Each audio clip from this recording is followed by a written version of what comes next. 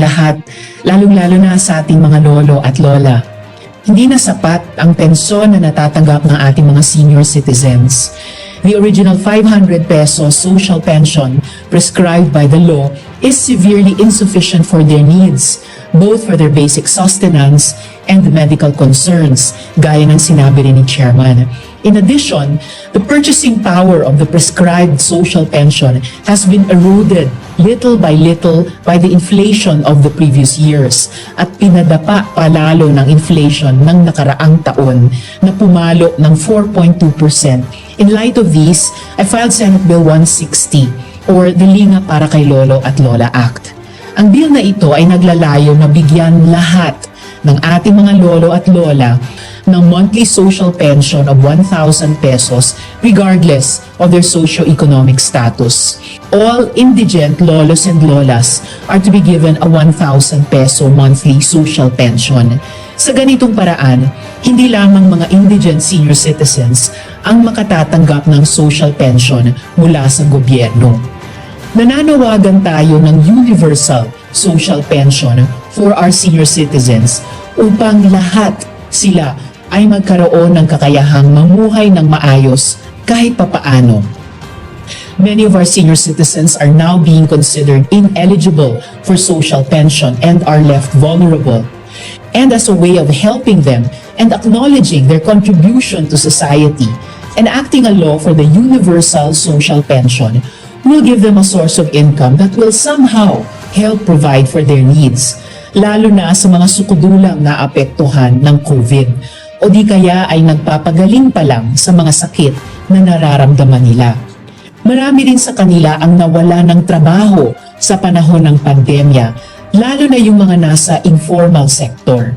Meron din mga umaasa sa suporta ng mga anak na nawalan din ng trabaho. In addition, giving them a universal social pension benefits us as a whole because they will be given more opportunities to purchase much-needed basics and increase household spending, which in turn fuels national consumption and boosts our economy, both at the national and the local levels. Walang hanggan ang benepisyo na binigay sa atin ng mga senior citizens. Nagtrabaho at nag-contribute sila sa pambansang ekonomiyang minana natin at ginagalawan natin ngayon. Pinalaki nila tayo at madalas pinalalaki pati na rin ang kanilang mga apo. Ngayon, panahon ng para ibalik natin ang tulong, aruga at pagmamahal na ibinigay nila sa atin. We should give our elderly the care and respect that they need as they face the harsher reality of a rapidly changing world. This means that we try our best to give them, as a society, a comfortable and dignified living for the rest of their lives. Maraming salamat po, Mr. Chairman.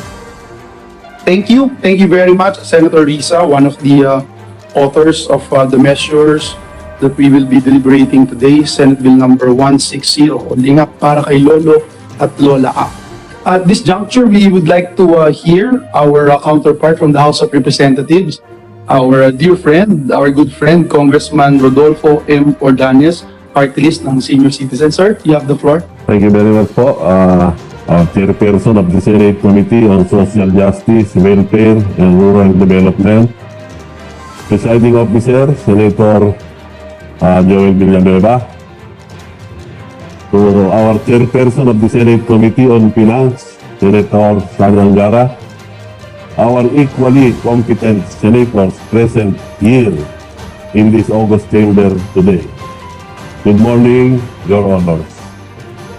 It is my great pleasure to be virtually present in front of you today in behalf of the House of Representatives, the Special Committee on Senior Citizens. This legislative measure on increasing the social pension of indigent senior citizens can be our landmark contribution which may leave a lasting legacy to our elderly and their families to assist them at this difficult time and help augment their cost of daily subsistence and medical needs. Senior citizens are one of the most economically vulnerable demographic in the country. According to studies, our senior citizens become more economically vulnerable as they age, since they are less likely to find employment while their medical expenses continue to pile up due to sickness, disability, or increasing family responsibilities. Out of the projected 8.8% of the Philippine population, which will comprise senior citizens, studies suggest that only 20% of them will benefit from retirement of old age pensions. Meanwhile, about 3.8 million of indigent senior citizens is covered by existing government social pension program. Thus, under existing measures, almost 55% of the senior citizens are receiving no pension at all. Therefore, our current measures are clearly inadequate to protect our vulnerable seniors, since it leaves a multitude of them outside the protection of our government. And even for the seniors who are already receiving pension, the continuing rising cost of living in the country, the unemployment of household members, necessitate the need to supplement the funds available to them. Without the proposed measure, millions of senior citizens, regardless of indigency, will be placed at a high risk of economic insecurity and resulting poverty. However, it is hoped that the validated or waitlisted senior citizens in the DSWD green-listed indigent social pension beneficiaries will be afforded the funding they need as well. The plight of our seniors runs contrary to the 1987 Constitution, which mandates the state has a duty to care for its elderly members through programs of social security and its policy under existing laws, which emphasizes its obligation to reaffirm the valued Filipino tradition of caring for the elderly and foster their capacity to attain more meaningful and productive aging.